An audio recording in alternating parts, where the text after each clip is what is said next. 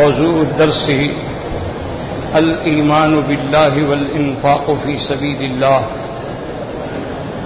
سورۃ الحدید، تفسیر ابن کثیر۔ الحمد للہ رب العالمین والصلاة والسلام علی اشرف الانبیاء وسید المرسلین سیدنا محمد وعلى آلہ واصحابہ اجمعین۔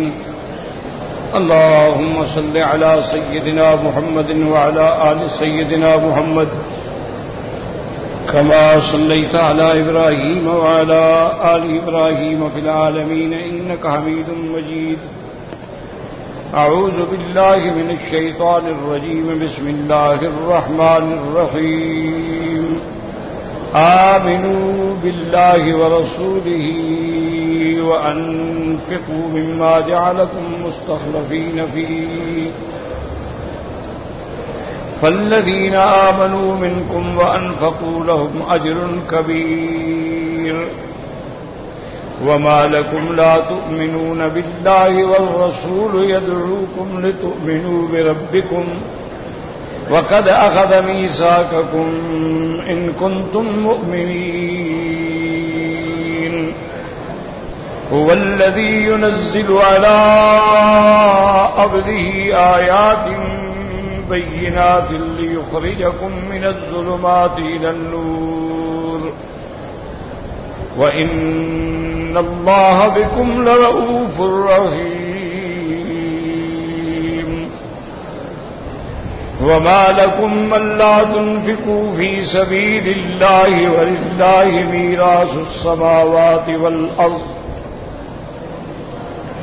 لا يستوي منكم من أنفق من قبل الفتح وقاتل، أولئك أعظم درجة من الذين أنفقوا من بعد وقاتلوا، وكلا وعد الله الحسنى، واللہ بما تعملون خبیر۔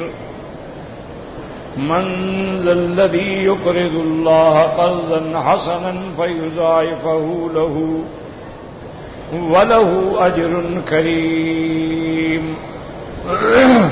قال المؤلف والمفسر رحمہ اللہ تعالی ادام النفع بعلومہ وعلومکم فی الدارین آمین الى ان قال امر تبارک و تعالی بالایمان به وبرسوله علی الوجه الاکمل والدوام والثبات علی ذلك والاستمرار۔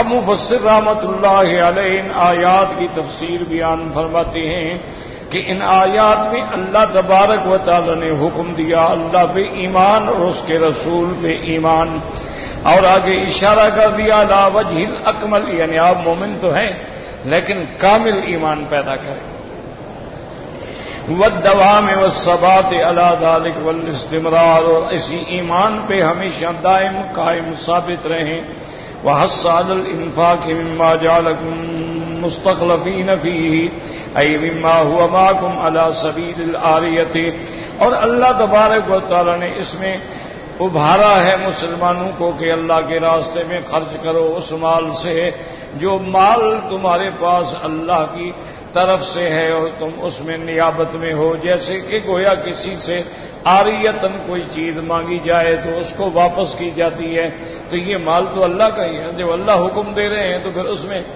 بخل کا کیا معنی؟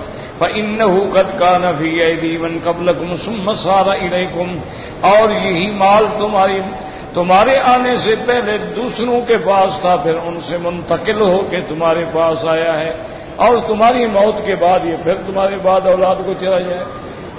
تو جس مال نے رہنا ہی نہیں ہے اور جو مال حقیقتاً ہمارا ملک ہی نہیں ہے، تو اس میں اگر ہم اللہ کے حکم کی تعمیل میں سستی کریں تو پھر تو بہت بڑی بدقسمتی ہے نا۔ اللہ تو یہ نہیں مانگ رہا کہ تم اپنے مال سے دو، تو کہتا میرے مال سے دو، مال تو میں نے تمہیں دیا ہے، اور اس پر پھر تم اتنا بڑا ثواب بھی حاصل کر لو۔ اسی لیے عرب کہتے ہیں، عرب میں سونے کو کہتے ہیں نا ذہب، تو اور چاندی کو کہتے ہیں فضہ۔ تو ذہب کا مادہ کیا ہے؟ ذہبہ، جانے والا، وہ کسی کے پاس ٹھہرتا نہیں ہے، ایسے چلتا ہی رہے گا۔ اور دنیا چلی جائے گی، مال وہی پڑا ہے۔ وہ تاریخ میں ایک واقعہ لکھا ہے کہ 3 دوست تھے، سفر میں جا رہے تھے، کسی جگہ انہوں نے قیام کیا تو انہیں شبہ ہوا کہ بھئی یہ مکان اتنا اچھا ہے اور اس میں کوئی بھی نہیں ہے، ویران پڑا ہے۔ سردی کا موسم تھا نا کہ بھئی رات تو گزارے، رات گزارنے کے لیے اس میں ٹھہرے تو فرش کی کچھ اینٹیں اکھڑی ہوئی تھی، ان کو بھی وہم ہو گیا، انہوں نے کھول کے دیکھا تو اور نیچے جگہ ہے، کھودتے گئے تو نیچے ماشاءاللہ اچھا خاصا سونا جو ہے وہ اینٹوں کی شکل میں بڑے محفوظ انداز میں دفن ہوا تھا، انہوں نے نکال لیا۔ جب دیکھا اتنا بڑا سونا اور بغیر محنت کے اور بغیر مشقت کے، ہم تو رات گزارنے کے لیے اس مکان میں گھسے لیکن ہمیں تو اتنی بڑی دولت مل گئی۔ صبح انہوں نے مختلف لوگوں سے رابطہ کیا، معلوم کیا کہ بھائی، انہوں نے کہا بھائی اس حویلی کے مالک جو ہیں وہ مر گئے، اور اس حویلی کے بارے میں بات مشہور ہو گئی ہے کہ اس میں جنات ہیں، لہذا کوئی اس کے قریب بھی نہیں جاتا۔ انہوں نے کہا اس کے مالکوں میں چلو بڑے مر گئے، کوئی چھوٹا؟ انہوں نے کہا کوئی بھی نہیں، میاں بیوی تھے، لا ولد تھے، کوئی اولاد نہیں، کچھ نہیں، مر گئے، ختم ہو گئے۔ اور قدرتی بات یہ ہے کہ ان کی بلڈنگ کے بارے میں جنات اور سایہ ہے، جنات ہیں، لوگ ڈر کے مارے وہاں پہ جاتا ہی نہیں۔ ان کو تسلی ہو گئی کہ بھئی اب یہ سودا ہمارا ہے، کوئی پکڑنے والا بھی نہیں، کوئی دعوے کرنے والا بھی نہیں، لے کے چل پڑے۔ دوسری رات ایک شہر میں پہنچے تو ایک ساتھی کو انہوں نے پیسے دیے کہ بھی تم جا کے کھانا لے آؤ۔ وہ کھانا لینے چلا گیا۔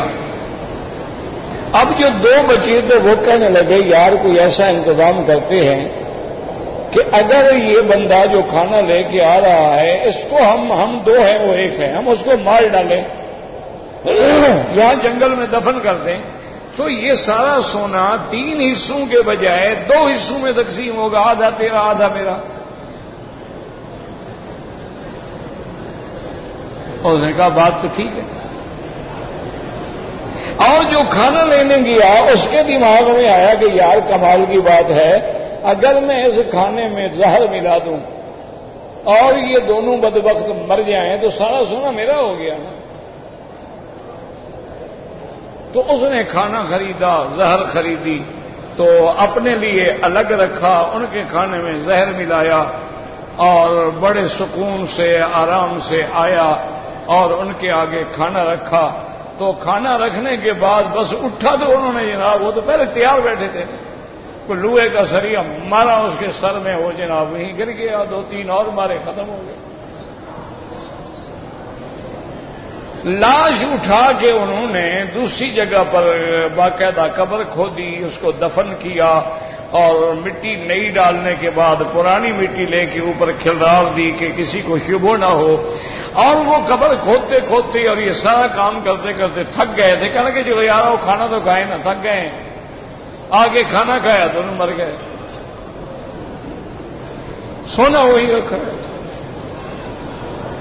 پھر کوئی اور پارٹی آئے گی۔ تو اس لیے اللہ فرماتے ہیں کہ جو کچھ تمہارے پاس ہے ٹھنڈے دل سے غور کرو کہ یہ مال میرا ہے، میں نے تمہیں چند دن کے لیے نائب بنایا ہے، میں نے تمہیں چند دن کے لیے اس کا مجازی اور عارضی مالک بنایا ہے، تو اس میں آ کے تم اتنے متکبر ہو گئے ہو کہ میرا حق بھی بھول گئے، رشتہ داروں کا بھی بھول گئے، مسکینوں کا بھی بھول گئے، ہمسایوں کا بھی بھول گئے۔ نہیں، اللہ کے راستے میں خرچ کرو، اللہ تبارک و تعالیٰ اس پر تمہیں بہت بڑا اجر عظیم عطا فرمائیں گے کہ جتنا مال اللہ نے دیا ہے، یہ اللہ پاک نے تم سے سارا بھی تو نہیں مانگا ہے نا، زکات کتنا ہے؟ 2.5%. تو اللہ نے یہ تو نہیں فرمایا نا کہ سارا مال مجھے دے دو. یعنی جو صدقہ واجبہ ہے وہ کیا ہے؟ 2.5%. صدقہ فطر کیا ہے؟ 2 سیر 2.25 سیر گندم. اس کے بعد اگر صدقات ہیں وہ صدقات نافلہ ہیں، یعنی جتنا دیں گے ثواب ہوگا، اگر نہ دیں تو گناہ تو نہیں ہوگا نا. اسی لیے حضرت حسن بصری رحمت اللہ علیہ جو بہت بڑے محدث اور من اولیاء اللہ، اللہ کے اولیاء میں سے تھے، ان کے بعد جب کوئی مسکین آتا، کوئی غریب آتا، کوئی فقیر آتا تو فوراً حضرت اہتمام کرتے، اس کے لیے چادر بچھاتے، محبت کرتے، اس پہ بٹھاتے، اپنے ساتھ کھانے میں شریک فرماتے، پھر حاجت پوچھتے اور جو اس کی حاجت وہ پوری کر دیتے.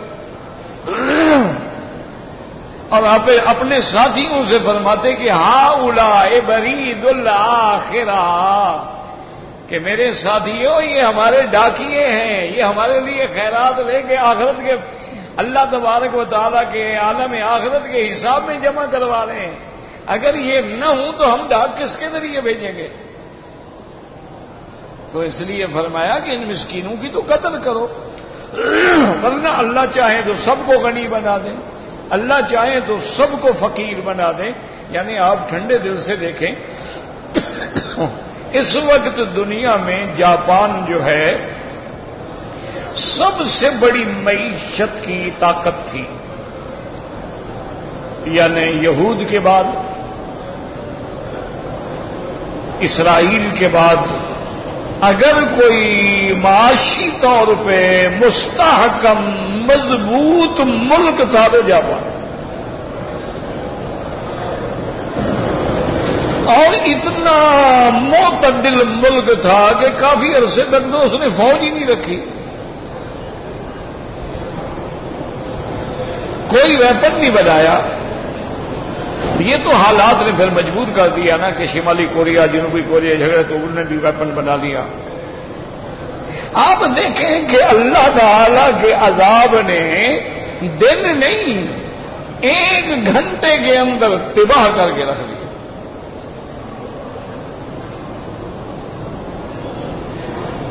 یعنی اتنا بڑا زلزلہ، زلزلے کے بعد طوفان، طوفان کے بعد آگ،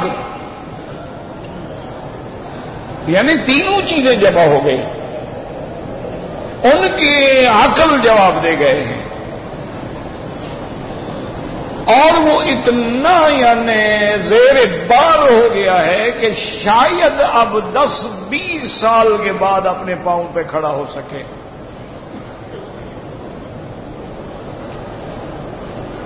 تو اللہ نظارہ دکھاتے ہیں کہ غرور نہ کرو، تکبر نہ کرو، منٹ لگتا ہے. اسی لیے قرآن مقدس نے کئی مقامات پہ ہمیں بتایا ہے کہ تم جس کی آمد کو دور سمجھتے ہو نا، ہو کیا انما ہی زجرۃ واحدہ، صیحۃ واحدہ. کتنی دیر لگے گی مجھے قیامت برپا کرنے؟ اب ان کے لیے تو قیامت ہو گئی نا. نہ گھر بچا، نہ اہل و عیال بچا، نہ اولاد بچی، اور ان کو یعنی جو کروڑوں پتی اور اربوں پتی لوگ تھے وہ پاگل ہو گئے، دماغ کام چھوڑ گئے. ہزاروں کی تعداد میں لوگوں کا پتہ نہیں ہے، ہزاروں کی تعداد میں ملبے کے نیچے ہے، کون نکالے؟ اور وہ جو آئٹم اپنی حفاظت کے لیے انہوں نے بنائے تھے اب وہ عذاب بن گئے ان کے لیے.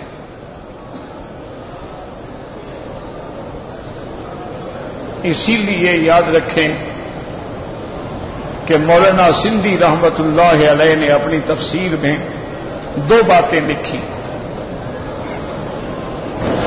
عجیب آدمی تھے، میرے والد صاحب کے بھی استاد تھے، انہوں نے بھی ان سے قرآن کی تفسیر جو ہے سورت التحریم سے لے کر سورت والناس تک پڑھی، اور حجت اللہ البالغہ فلسفہ شاہ ولی اللہ کی جو کتاب ہے وہ پڑھی. یہی مکہ مکرمہ میں جبل ابی قبیس پہ رہتے تھے. انگریزوں کے ڈر سے پناہ لی ہوئی تھی. عجیب آدمی تھے. ساری زندگی پگڑی نہیں باندھی, رومال کندھے پہ رکھتے تھے, نماز کے وقت ڈال دیتے تھے, وربا کی کندھے پہ رکھتے. تو کئی شاگرد کہتے ہیں حضرت آپ کے پاس پگڑی ہوتی ہے, رومال ہوتا ہے, لیکن آپ باندھتے نہیں, ایسے ننگے سر رہتے ہیں کیا؟ فرمانے لگے بھائی پگڑیاں تو مرد باندھتے ہیں نا, جب ہم انگریزوں کو نہ نکال سکے ہم مرد تھوڑے ہیں, اب کیا پگڑی باندھیں؟ پگڑی تو جوان باندھتا ہے نا, مرد باندھتا ہے. ہماری جوانگی کیا ہے؟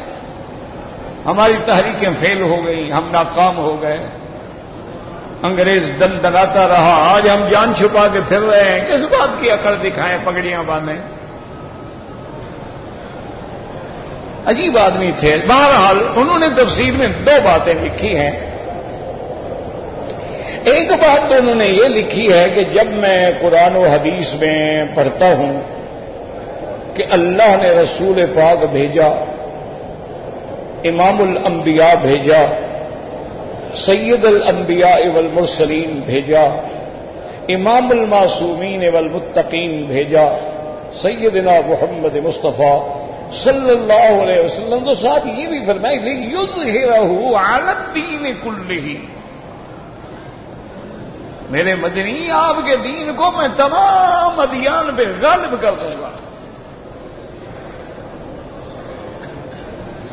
اور سرکار دو عالم نے بھی فرمایا کہ ایک وقت آئے گا لا بیت شعر ولا مدر الا ادخلہ اللہ الاسلام بعز عزیز او بذل ذلیل او کما قال النبی صلی اللہ علیہ وسلم.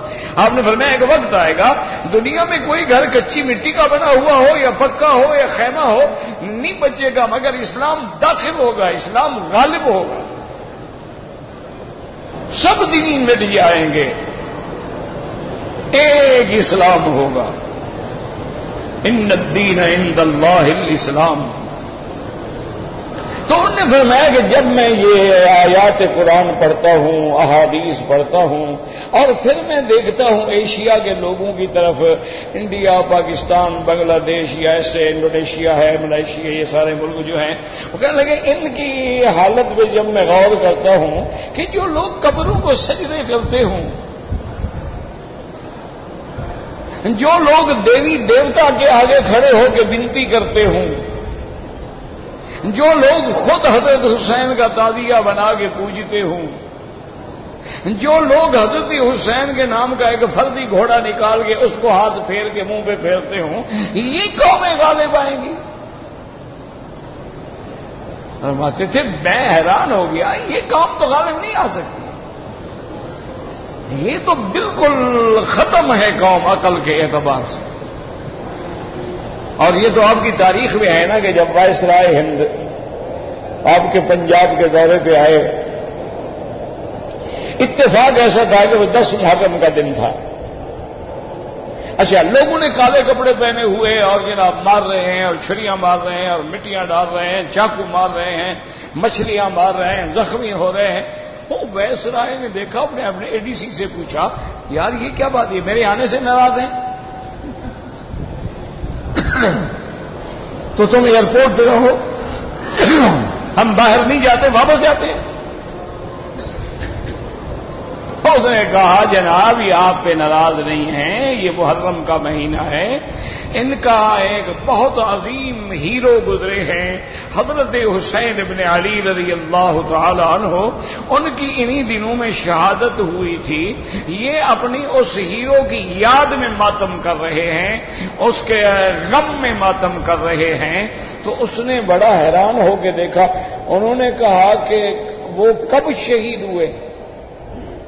اس نے کہا حضرت وہ تو صدیاں بیت گئی ہیں, وہ تو 1200 سال گزر گئے. انہوں نے کہا اچھا 1200 سال کے بعد یعنی عراق کی کربلا سے لاہور آج خبر پہنچی ہے. وہ انگریز آدمی اس کو کیا پتا ہوتا ہے. اس نے کہا نہیں حضرت، ان کو خبر تو پہلے کی ہے، یہ ہر سال ایسا کرتے ہیں۔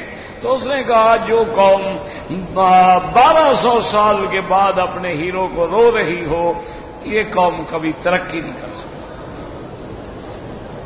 انہوں نے کہا بھائی ٹھیک، اللہ نے ہمیں بھیجا ہے، ہم ان کو ٹھیک کریں گے۔ وہ بھی خدا کو مانتے تھے۔ ان کے ڈالر پہ دیکھو نا کیا لکھا ہوا ہے، اللہ کے سائے میں۔ خدا کو مانتے تھے بدبخت۔ تو انہوں نے فرمایا کہ میں حیران ہوتا ہوں کہ یہ قوم کیسے غالب آئے گی ساری دنیا پر، یہ تو اپنے ملک میں بھی امن نہیں کر سکتے، دنیا میں کیسے غالب آ جائیں گے؟ تو انہوں نے فرمایا کہ پھر میرے دماغ میں ایک بات آئی، میں نے کہا ہاں یہ ہو سکتا ہے ایک وقت آئے گا اللہ پورے یورپ کو مسلمان کر دیں گے،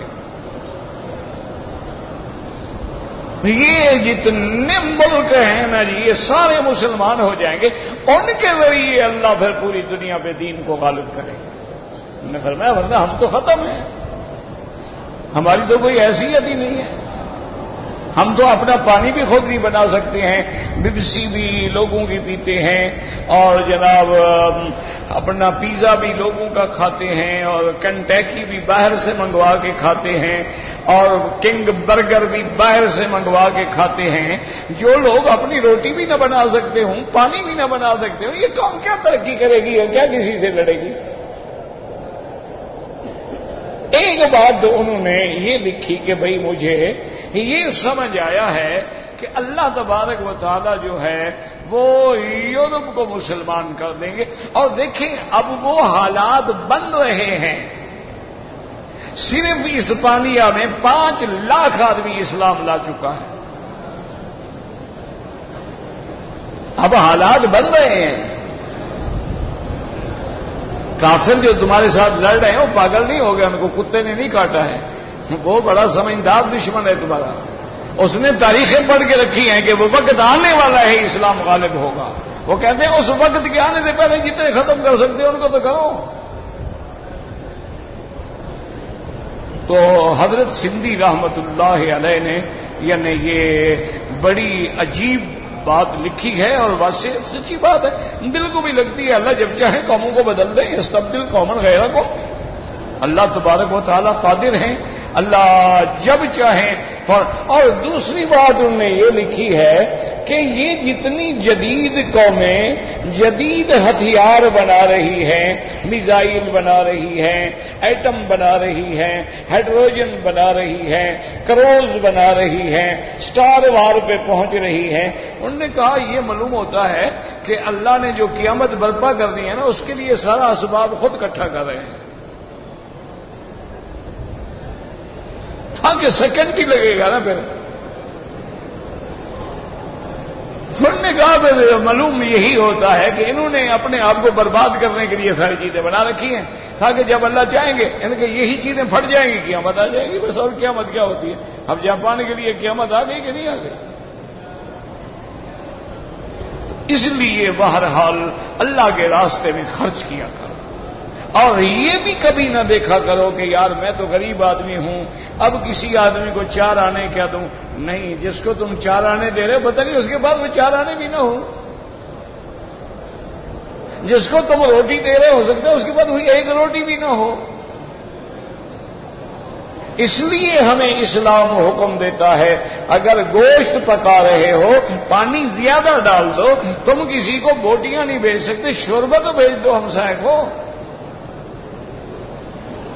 اسلام ہمیں حکم دیتا ہے اگر تم نے بچوں کے لیے فروٹ لائے ہو اس کے چھلکے گلی میں نہ پھینکو تاکہ کسی غریب بچے کا دیکھ کے دل نہ دکھ جائے اور بد دعا نکل جائے۔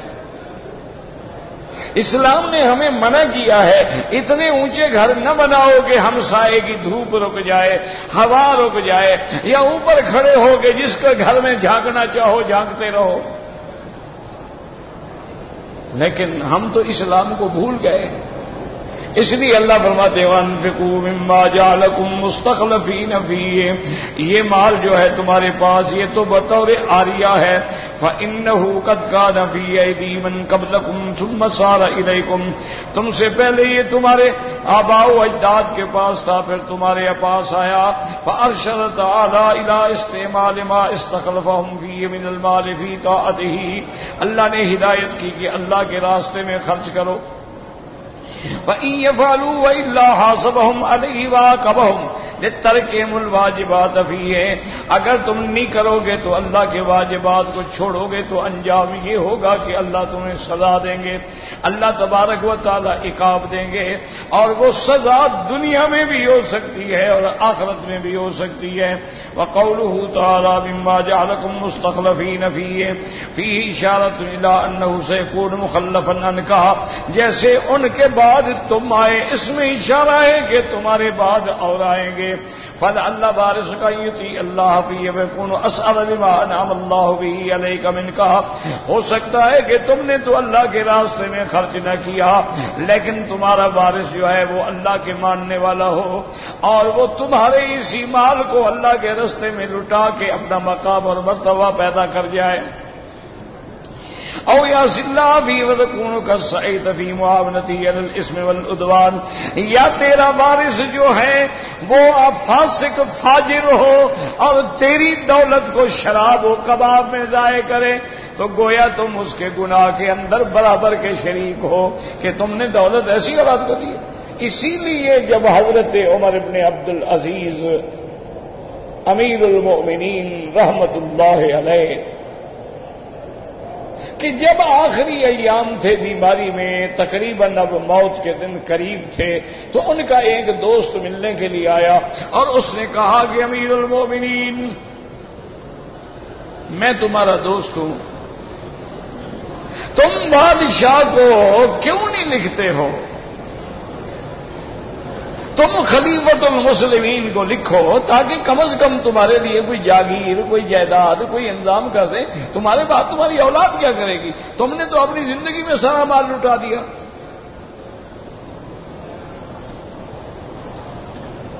تو حضرت عمر ابن عبد العزیز مسکرائے اور فرمایا واقعی تم میرے دوست ہو اور میں سمجھتا ہوں کہ تم یہ بات دل سے کہہ رہے ہو، میری اولاد کا فکر کر رہے ہو، لیکن مجھے بتاؤ یا تو میری اولاد صالحین میں ہوگی یا طالحین میں ہوگی،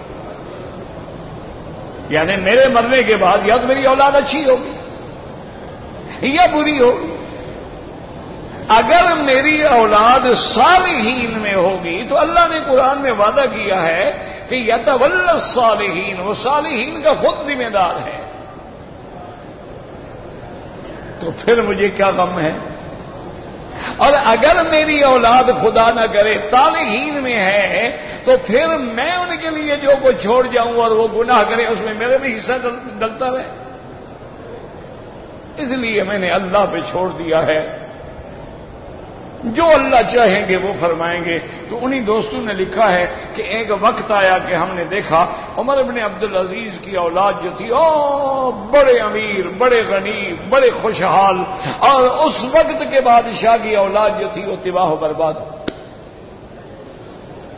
تو یہ تو اللہ کے ہاتھ میں، اس لیے اللہ فرماتے ہیں دیکھو جو تمہارے بعد آ رہا ہے اگر نیک آدمی ہے تو دولت تمہاری ہے، ثواب بولے گیا، اور اگر وہ برا آدمی ہے تو اس بلا وجہ اس کے گناہ میں شریک ہو رہے ہو۔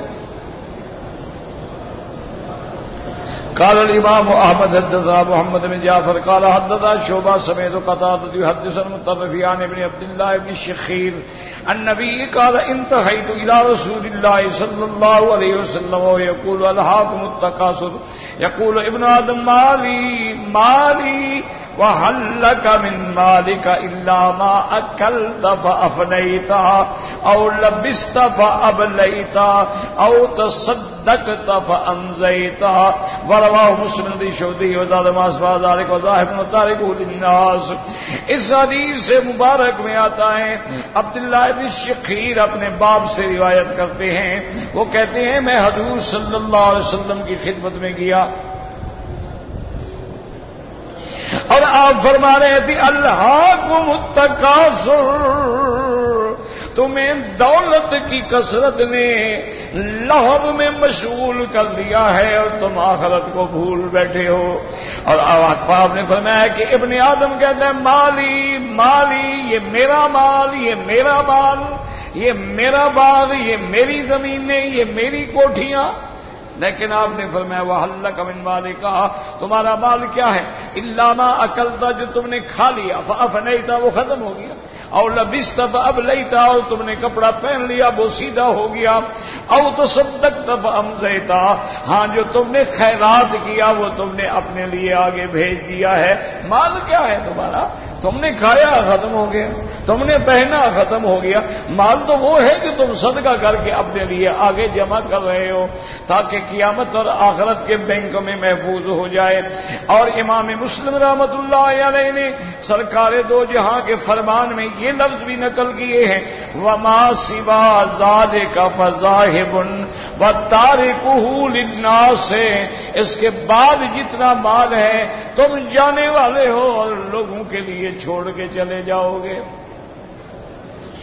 وقوله تبارک وتعالی فالذین آمنوا منکم وانفقوا لهم اجر کبیر، ترغیب فی الایمان والانفاق فی الطاعۃ.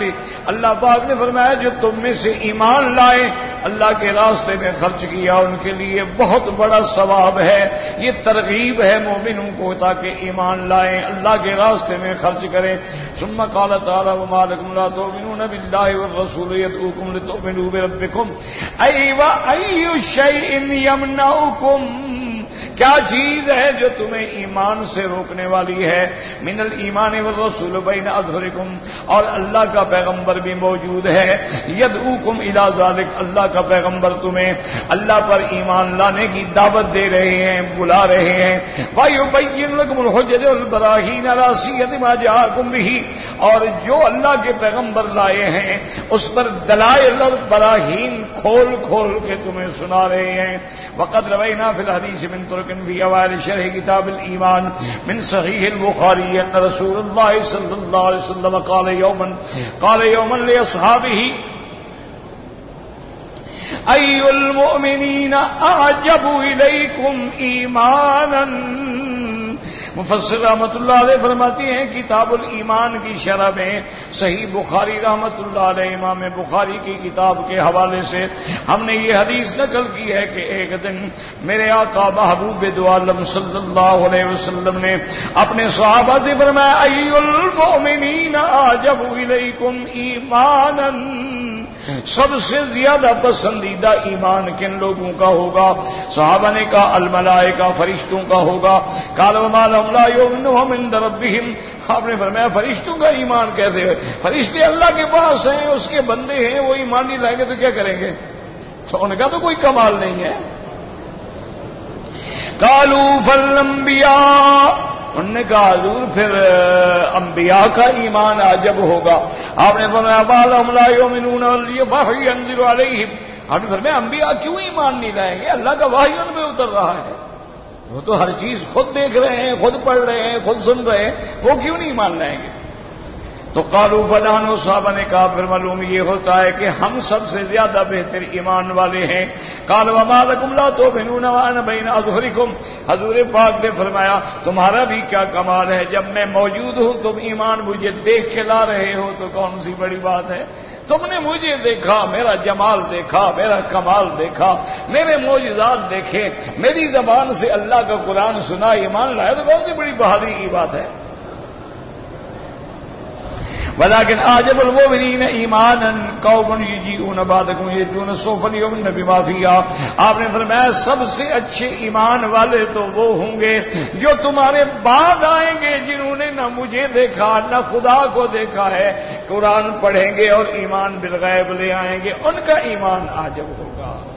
اس کا معنی یہ نہیں ہے کہ ہم صحابہ سے افضل ہو جائیں گے، ایک یعنی ترغیب ہوتی ہے، ایک توجہ دلانے کا ذریعہ ہوتا ہے. ابھی اصل کمال تو ان کا ہے نا کہ جنہوں نے نہ مجھے دیکھا نہ وحی اترتے دیکھا اور پھر بھی وہ ایمان لائے اور پکے مومن بن گئے. اسی لیے کسی شاعر نے بڑی اچھی بات کی نا، وہ کہتا ہے کہ بن دیکھے تجھے خدا مان لیا ہے. وہ کہتے ہیں اللہ ہم نے دیکھا ہی نہیں. لیکن بن دیکھے تجھے ہم نے خدا مان لیا ہے، ہاں دیکھنے والے کا کہا مان لیا، ہمیں حضور نے جو فرما دیا بس ہم نے مان لیا، بات ختم ہو گئی۔ یہ ہے نا ایمان کہ ابو جہل اگر مگر چنانچہ کر رہا ہے، ابو بکر کہتا ہے ابو جہل یہ معراج کا قصہ تم نے سنا ہے، میرے پاک نبی نے فرمایا، انہوں نے کہا میں ابھی سن گیا، قال صدق رسول اللہ، حضور نے فرمایا ہے تو بس سچ فرمایا، کیوں وہ صادق ہیں، وہ امین ہیں، وہ خلیل ہے، وہ حبیب ہے، وہ نبی ہے، وہ رسول ہے، وہ مصدق ہے، وہ مبشر ہے، اس کی زبان پہ جھوٹ آ ہی نہیں سکتا۔ ایمان تو پھر اس کا معنی ہے۔ یہ جو ہمارے لوگ ہیں نا یہ بھی کہتے رہتے ہیں اور جی اگر زکوٰۃ دیں گے تو بہرحال 2.5% کی کمی تو آئے گی نا، اور اگر ہم سود لیں گے تو ہمیں 10% سود ملے گا، مال بڑھتا جائے گا، اس سے 2.5% بھی ہم اللہ کے نام نکال دیا کریں گے۔ یہ اگر مگر جو ہے نا یہی برباد کر، میں نے آپ کو یعنی اب تو باتیں کرنے کا زمانہ نہیں ہے، اس سے پہلے سونامی آیا، ابھی ایک اور سونامی آ گیا، اور یہ جو آیا ہے نا پتہ نہیں یہ کہاں تک جائے گا، یہ ختم نہیں ہو گیا، اللہ جانے یہ کہاں تک جائے گا۔ تو اس لیے کسی اور یہی وہ وجہ ہے جو فقہا میں ایک بڑا معرکۃ الآراء مسئلہ ہے۔ یہ جو آج کا رواج ہے نا، لوگ وصیت کر جاتے ہیں کہ میں مر جاؤں تو میری آنکھیں کسی اور کو دے دیں، میرے گردے دے دیں، میرے کلیجہ دے دیں، فلاں جگر دے دیں، یہ دے دیں، وہ دے دیں، اس پہ فقہا کی بہت بڑی بحث ہے کہ کیا کوئی بندہ یہ وصیت کر سکتا ہے؟ اکثر فقہا یہ فرماتے ہیں کہ نہیں کر سکتا ہے، یہ ساری چیزیں اللہ کی ہمارے پاس امانت ہیں، ہم اس کے مالک نہیں ہیں، ہم اس میں کیسے تصرف کر سکتے ہیں؟ یہ تو اللہ نے ہمیں امانت کے طور پہ دی ہے، اصل ملک تو اللہ کا ہے۔ بعض علماء اجازت دیتے ہیں کہ اضطرار ہے، مجبوری ہے، ایک ماں کا ایک بیٹا ہے، وہ گردہ فیل ہو گیا ہے، ماں نے اپنی رضا سے گردہ دے دیا، کسی کی زندگی بچ گئی ہے، چونکہ عالم اضطرار ہے، اور اضطرار میں کئی حرام چیزیں بھی تو حلال ہو جاتی ہیں۔ جیسے آدمی جنگل میں ہے، بھوک سے مر رہا ہے، کوئی مردار جانور بھی پڑا ہے تو کھا سکتا ہے،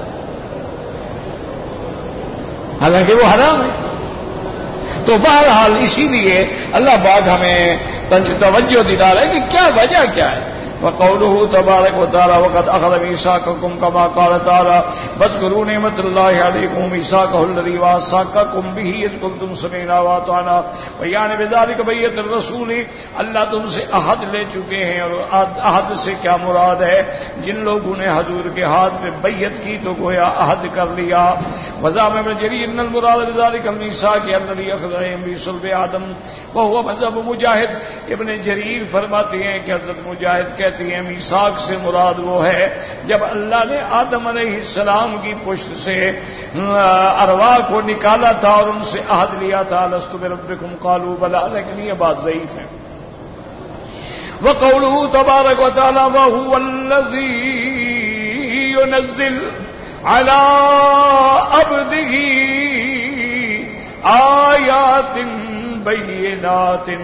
آیات بینات مانا حجت واضحات، کھلی دلیلیں، ودلائل باہرات، ایسے دلائل جو غالب آنے والے، وبراہین قاطعات، ایسے برہان جو بالکل باطل کو مٹانے والے۔ اس لیے فرماتے ہیں یخرجکم من الظلمات الى النور، تاکہ تم کو اندھیروں سے کیا مراد ہے؟ فرمایا من ظلمات الجہل والکفر والاراء المتضادۃ، تاکہ اللہ تمہیں کفر سے، اللہ تمہیں جہالت سے، اللہ تمہیں آرائے متضادہ سے نکال کے لا نور الہدی والیقین والایمان، اللہ تمہیں نور ہدایت، نور یقین اور نور ایمان کی طرف لے جاتی ہیں۔ وَإِنَّ اللَّهَ بِكُمْ لَرَءُوفٌ رَحِيمٌ فِي إِنزَالِهِ الْكُتُبِ وَإِرْسَالِهِ الرُّسُلِ لِهِدَایَةِ النَّاسِ وَإِزَاحَةِ الْعِلَلِ وَإِزَالَةِ الشُّبْهِ، اللہ تم پہ بہت ہی مہربان ہے کہ اس نے کتابیں اتاری، پیغمبر بھیجے تاکہ لوگوں کو ہدایت ہو اور جو بیماریاں ہیں وہ زائل ہوں اور جو شبہات ہیں وہ مٹ جائیں۔ وَلَمَّا أَمَرَهُمْ أَوَّلًا بِالْإِيمَانِ وَالْإِنفَاقِ ثُمَّ حَثَّهُمْ عَلَى الْإِيمَانِ يُبَيِّنُ أَنَّهُ قَدْ أَزَالَ عَنْهُمْ مَوَانِعَهُ حَثَّهُمْ أَيْضًا عَلَى الْإِنفَاقِ۔ اول اللہ نے حکم دیا ایمان کا، پھر حکم دیا اللہ کے راستے میں خرچ کرنے کا۔ اب بیان فرماتے ہیں کہ خرچ کرنے کے لیے کوئی مانع بھی نہیں، کوئی رکاوٹ بھی نہیں ہے۔ وَمَا لَكُمْ أَلَّا تُنْفِقُوا فِي سبيل الله ولله ميراث السماوات والارض اي انفقوا ولا تخشوا فقرا، خرچ کرو اللہ کے راستے میں، کسی قسم کی بھوک کا، کسی قسم کا فکر نہ کرو۔ اللہ تبارک و تعالی فإن الذي ينفق في سبيله هو مالك السماوات والارض، جب تم اللہ کے راستے میں خرچ کرتے ہو آسمانوں اور زمینوں کا مالک اللہ ہے۔ ومقاليدهما وعنده خزائنهما، اسی کے پاس آسمان اور زمینوں کے خزانے کی چابیاں ہیں۔ وهو مالك العرش بما هوى، وہ عرش کا مالک ہے اور ساری کائنات کا مالک ہے۔ اور وہ وعدہ فرماتی ہیں قرآن میں کہ وما انفقتم من شيء فهو يخلفه وهو خير الرازقين، کہ جو کچھ تم اللہ کے راستے میں خرچ کرو گے اللہ تبارک و تعالیٰ اس کا تمہیں بدلہ دیں گے اور وہ سب سے بہتر رزق دینے والے ہیں۔ اس لیے اللہ فرماتے ہیں ما عندکم ينفد وما عند الله باق، جو کچھ تمہارے پاس ہے ختم ہونے والا ہے اور جو اللہ کے پاس ہے وہ ہمیشہ رہنے والا ہے۔ فمن توکل علی اللہ فقد یخشی من ذل اقلالا، جو اللہ پہ توکل رکھتے ہیں ان وہ اللہ کے راستے میں خرچ کرتے ہیں اور کوئی غریبی کا فکر نہیں کرتے ہیں۔ وعلم ان اللہ سيخلف علیہ، اور یہ بھی جانتے ہیں کہ جو ہم نے خرچ کیا ہے اس کا بدلہ اللہ ہمیں عطا فرمائیں گے۔ واللہ اعلم۔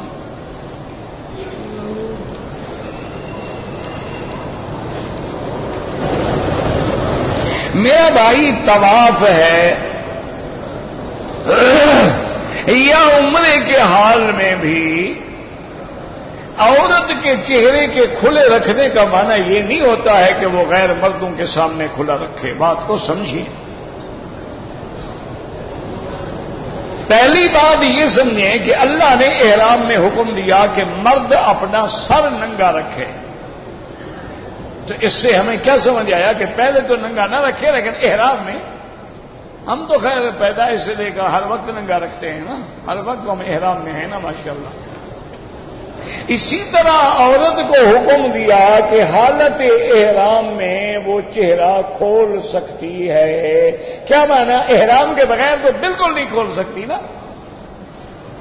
اگر ہر وقت کھلا ہوا ہے تو پھر احرام میں حکم دینے کا کیا فائدہ تھا؟ یہ جو لوگ کہتے ہیں نا جی چہرے کا تو پردہ ہی نہیں، پردہ پاؤں کا ہوتا ہے۔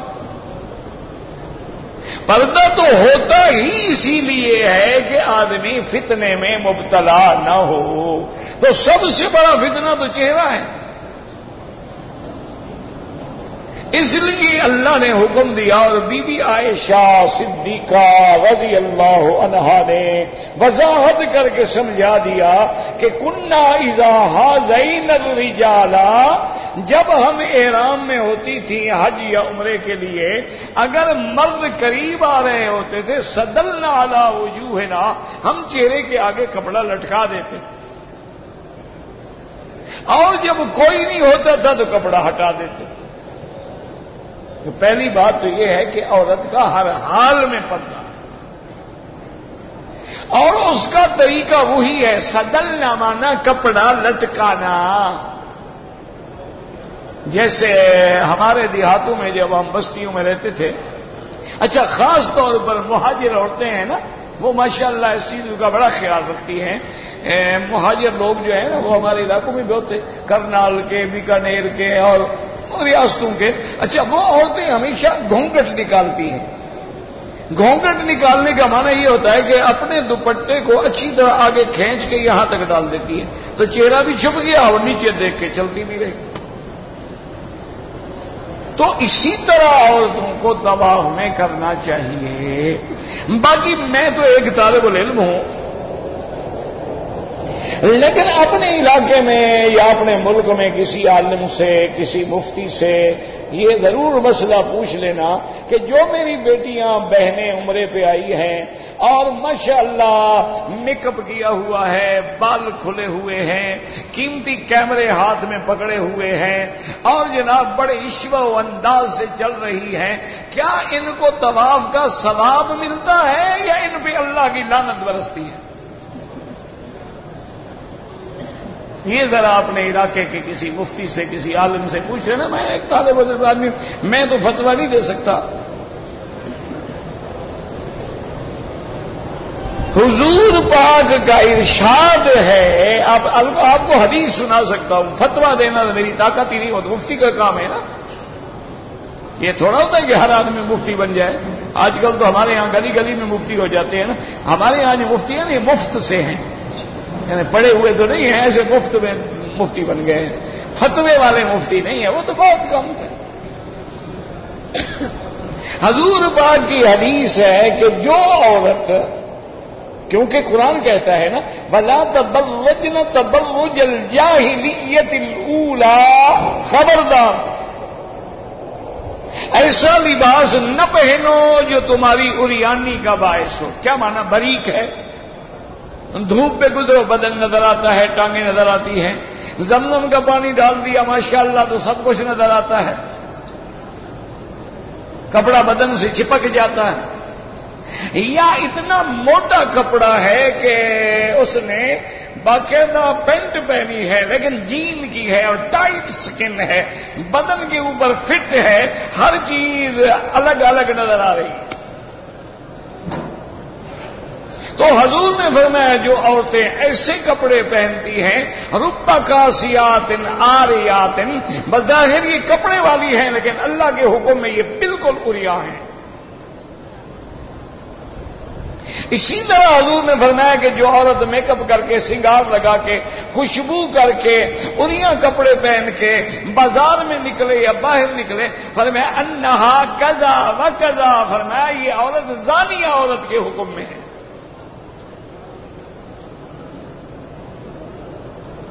اب آگے تمہاری مرضی، کسی مولوی سے فتویٰ لے لینا کہ ہم جو عمرے کر رہے ہیں ثواب کما رہے ہیں یا گناہ کما رہے ہیں۔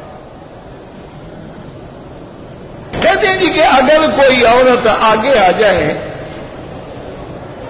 یا محاذات میں آ جائے تو امام ابو حنیفہ رحمۃ اللہ علیہ کے نزدیک تو نماز ہوتی ہی نہیں، لیکن یہ شرط ہے کہ دونوں ایک ہی نماز میں ہوں۔ دیکھو نا، ویسے ہی ہم سنت پڑھ رہے ہیں عورت آگے بیٹھی ہے، کچھ نہیں، ہم نفل پڑھ رہے ہیں عورت آگے بیٹھی ہے، کوئی بات نہیں۔ معنی یہ ہے کہ ہم عشاء کی نماز میں، وہ بھی عشاء کی نماز میں ہیں، اب آگے کھڑی ہے یا سائڈ میں برابر کھڑی ہو، کہتے ہیں نماز نہیں ہو۔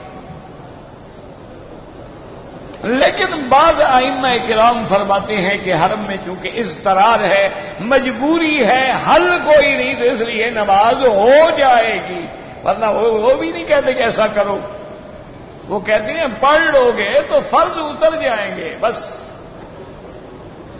اس لیے ہمیشہ کوشش کیا کریں کہ نماز ایسی جگہ پڑھیں، آگے نظر ڈال لیں کہ آپ کی صفوں میں آگے کہیں عورت تو نہیں، آپ کے دائیں بائیں کہیں عورت تو نہیں، اگر ہے ہٹ جائیں، نکل جائیں، آپ وہ تو نہیں نکلیں گی، آپ نکل جائیں، اپنی نماز بچائیں۔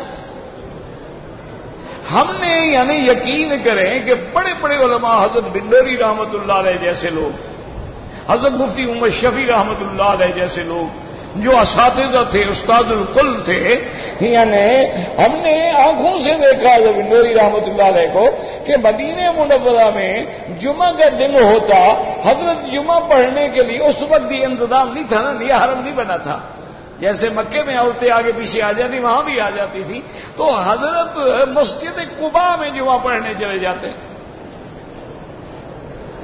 تو شاگردوں نے کہا حضرت یہ کیا کریں، میں خدا کے بندے کیا کریں، آگے عورت آ جاتی ہے، کیا کریں، وہاں سکون سے نماز پڑھتے ہیں، اطمینان سے نماز پڑھیں، نماز تو خراب نہ کریں۔ حضرت صفدر رحمت اللہ علیہ اکاڑے جو گوجرا والے وہ بھی استاد الکل تھے رحمت اللہ علیہ. ان کو میں نے دیکھا اپنی آنکھوں سے ایام حج میں کہ وہ ہمیشہ اذان سے 10 منٹ پہلے انڈر گراؤنڈ چلے جاتے ہیں. انڈر گراؤنڈ جا کے بالکل دیوار کے ساتھ یوں کھڑے ہو جاتے کہ آگے ہے ہی دیوار، کوئی آگے آ ہی نہیں سکتا. اچھا اگر اوپر حرم میں کہیں مجبوراً پھنس جاتے تو کسی ستون کے پیچھے کھڑے ہو جاتے. اب یہ آپ کی ہمت ہے، اپنے آپ کو بچائیں. گنجائش ہے، نماز سب کی ہو جائے گی، لیکن کوشش کرو. اور یہ ہمارے بس میں ہے، ہم کیا کریں. اصل میں ہم آئے ہوئے نا پیکج لے کر 5 اسٹار ہوٹلوں کے، ہم کوئی عمرے پہ تھوڑے آئے ہیں. ہم تو دکھانے کے لیے آئے ہیں نا، واپس جائیں گے کہ جناب عمرے پہ گئے تھے اور ہمارا 5 اسٹار میں قیام تھا اور یہ تھا اور وہ تھا. تو یہ تو آسان بات ہے.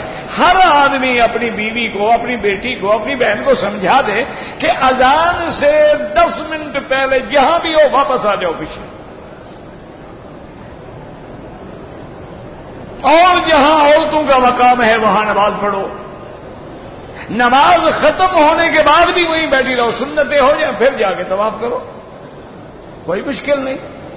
وہ تو انتظامیہ جو ہے وہ تو بیچارے ہٹا ہٹا کے مر جاتے ہیں. وہ لڑتے رہتے ہیں عورتوں کو نکلو نکلو نکلو نکلو، لیکن نہیں. اچھا اب ان کی وجہ سے ایک اور مشکل ہو جاتی ہے، وہ روکتے ہیں، نکالنے کے لیے لوگ ٹکرا جاتے ہیں. اچھا لوگ بھی ماشاءاللہ عجیب ہیں کہ بھئی طواف یوں چل رہا ہے، اس نے جانا ہے نا یہ یوں جائے گا. اللہ کے بندو یوں نکل جاؤ. نہیں وہ ٹکر مارے گا. تو یہ ہمارے بس میں ہے، لیکن ہم ٹریننگ لے کے آئے. تو جنوبی افریقہ کے مسلمان اگر آپ کو نظر آئے نا، آپ دیکھیں وہ کبھی آپ کو ان کی عورت نظر نہیں آئے گی نماز کے وقت آگے. کیونکہ وہاں اسلامک سپریم کونسل ہے، وہ ٹریننگ دیتی ہے، سرٹیفکیٹ دیتی ہے، پھر ویزا لگتا ہے. ہمارے یہاں تو تماشا ہے لگا ہوا ہے ماشاءاللہ. اچھا ہمارے یہاں کوئی ٹریننگ کا اعلان بھی کیا جائے کوئی آتا ہی نہیں. اور خدا کی رحمت ہے جو ٹریننگ دینے والے ہوتے ہیں ان کو بھی اللہ کی رحمت سے 50% مسئلے خود ہی نہیں آتے ہیں. میں تو چیختے چیختے ختم ہو گیا. یعنی لکھا بھی کہا بھی کہ بھائی جو چارٹرڈ فلائٹیں حج کے لیے آتی ہیں یا عمرے کے لیے آتی ہیں ان میں پرفیوم ٹیشو نہ رکھو، حمامات میں آفٹر شیو لوشن نہ رکھو، خوشبو والے صابن نہ رکھو. کمپنی کو بھی پیسے بچ جائیں گے اور ان غریبوں کا عمرہ بھی ٹھیک ہو جائے گا. اگر انہوں نے رومال سے صاف کر لیا تو دم پڑ گئی.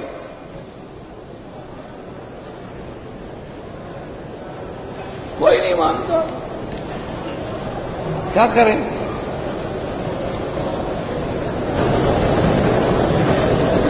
تمام مساجد میں صف اول کی فضیلت ہے. حرم میں بھی جو صف امام کے پیچھے ہے وہ اول ہے، اس کے بعد جو جتنا کعبے کے قریب ہوگا اتنی فضیلت ہے. نمازی کے آگے نہ گزریں، مجبوری ہو تو سجدے کی جگہ سے دور گزریں. اگر کسی آدمی نے 2-3 طواف اکٹھے کر لیے، 2 رکعت بعد میں پڑھ لے، جائز ہے.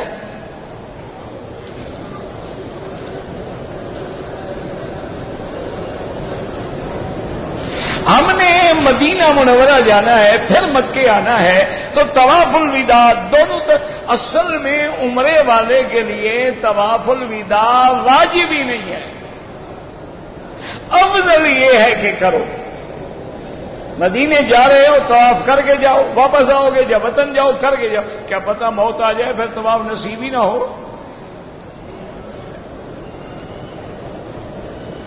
کہتے جی کہ سر پہ آدمی گنجا ہو جائے تو آج کل وہ پیوند کاری کر کے بال لگا دیتے ہیں. تو اس میں فقہا نے بڑی بحث کی ہے. وہ کہتے ہیں کہ اس کی 2 صورتیں جائز ہیں. ایک تو تیرے بال لے کے لگا دے، جیسے مثلا ادھر بال ہیں ادھر نہیں ہے، لیکن بات تو ہے نا، یہی بال وہ وہاں پیوند کر دیں. یا پھر یہ ہے جو پلاسٹک مٹیریل سے بال بنا ہوا ہے وہ پیوند کاری کر دیں. کسی دوسرے بندے کے بال نہ لیں، کیا پتا وہ مسلمان کے ہیں، کافر کے ہیں، کس کے ہیں. تو اگر ایسا کیا جائے تو کوئی حرج نہیں، لیکن اس میں بھی یاد رکھو بڑی تکلیفیں ہیں، انفیکشن ہو جاتے ہیں، بیماریاں پیدا ہو جاتی ہیں. بس جب تک بال تھے چلے گئے تو چلے گئے، کیا آسمان ٹوٹ پڑے گا. اب تم جو جوانی دکھانا چاہتے ہو کس کو دکھانا چاہتے ہو؟ لوگوں کو. انہیں تمہاری جوانی سے کیا غلط؟ اپنی بیوی کو دکھانا چاہتے ہو، اس کو تو پتا ہے جو کچھ تم ہو، تو کیوں بلا وجہ اپنے آپ کو عذاب میں ڈالتے ہو؟ وگ لگائیں، بالکل جی لگائیں، کیوں نہ لگائیں، لیکن یہ دیکھو وگ کے بال حلال بھی ہیں یا حرام ہیں، یہ تو تحقیق کرو نا. نبی پاک کا نماز جنازہ کس نے پڑھا؟ تم اپنے جنازے کی فکر کرو، تمہیں نبی پاک کے جنازے کا کیا فکر ہے؟ اور اللہ کا نبی امام الانبیاء ہے، کون امام بن کے جنازہ پڑھائے؟ پھر حضور معصوم ہیں گناہوں سے، انہیں ہماری دعا کی ضرورت ہے. اس لیے صحابہ کہتے ہیں حجرے میں 10 آدمیوں کی گنجائش تھی، 10 آدمی جا کے کھڑے ہوتے، درود شریف پڑھ کے باہر نکل آتے. کیوں؟ دعا کی ضرورت ہی نہیں. حضور کو ہم کہیں کہ اللہ ان کے گناہ معاف فرما.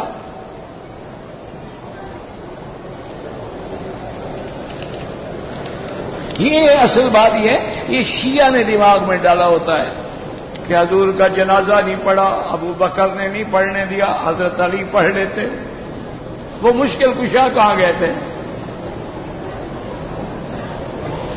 ان میں اتنی طاقت بھی نہیں تھی کہ حضور کا جنازہ پڑھ لے. تو جو حضور کا جنازہ پڑھتے ہوئے ڈرتا تھا وہ تمہاری کبڈی میں مدد کرنے کے لیے آ جاتا ہے. یا علی مدد. کیا ہے؟ کیا مذہب ہے؟ ڈرامہ ہے بھائی. یا ان کو مولا علی نہ مانو. اگر مولا علی مشکل کشا مانتے ہو تو پھر یہ جھوٹ بولنا چھوڑ دو کہ ان کا میراث بی بی کا چھن گیا. بی بی کو حضرت عمر نے دھکا دیا، دروازے کو لگا اور بی بی کا حمل بھی گر گیا. نہ وہ بی بی فاطمہ کے کام آ سکا، نہ بی بی کی عزت بچا سکا. تمہارے لیے کیسے مشکل کشا ہے؟ یا وہ جھوٹ نہ بولو یا یہ جھوٹ نہ بولو.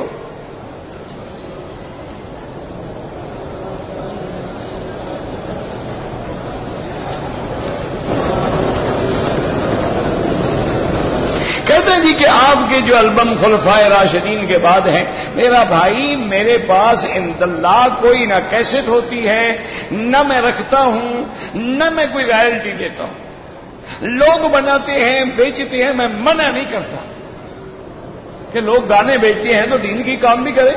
تو یہ لوگ جو ہے نا ان سے پتہ کرو. میرے پاس تو نہیں ہے. میرے پاس میرا بیٹا ہے 2 سال کا، اس کی نیت جب طواف کرو ماں باپ جو بھی اٹھائے وہ کر لے تاکہ اس کو بھی ثواب ملے گا، تمہیں بھی ثواب ملے گا.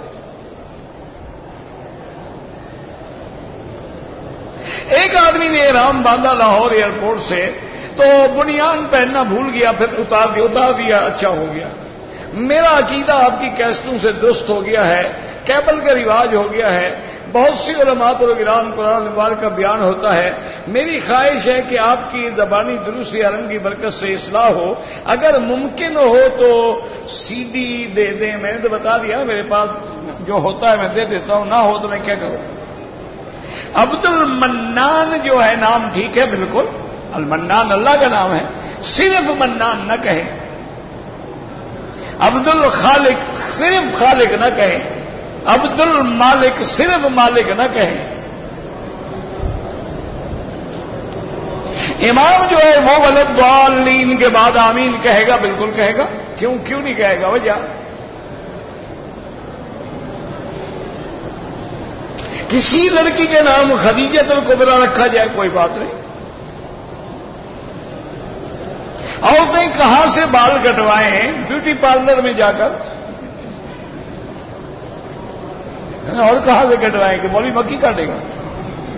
اللہ کے بندے مسئلہ پوچھو کہ عمرے میں عورت بال کیسے کا؟ تو عورتیں بال پیچھے لے جائیں، جہاں بالوں کی انتہا ہو جائے ایک پور کے برابر سارے سرے کا. یہ نہیں کہ یوں پکڑ کے کاٹ دیا اور یوں پکڑ کے کاٹ دیا، یہ ناجائز ہے. میں اگر مسجد عائشہ سے عمرہ کروں بالکل سر منڈانا پڑے گا. پہلے منڈا بھی چکے ہو پھر بھی اس طرح پھرانا پڑے گا. کوئی گنجا بھی کرے اس کو بھی اس طرح پھرانا پڑے گا.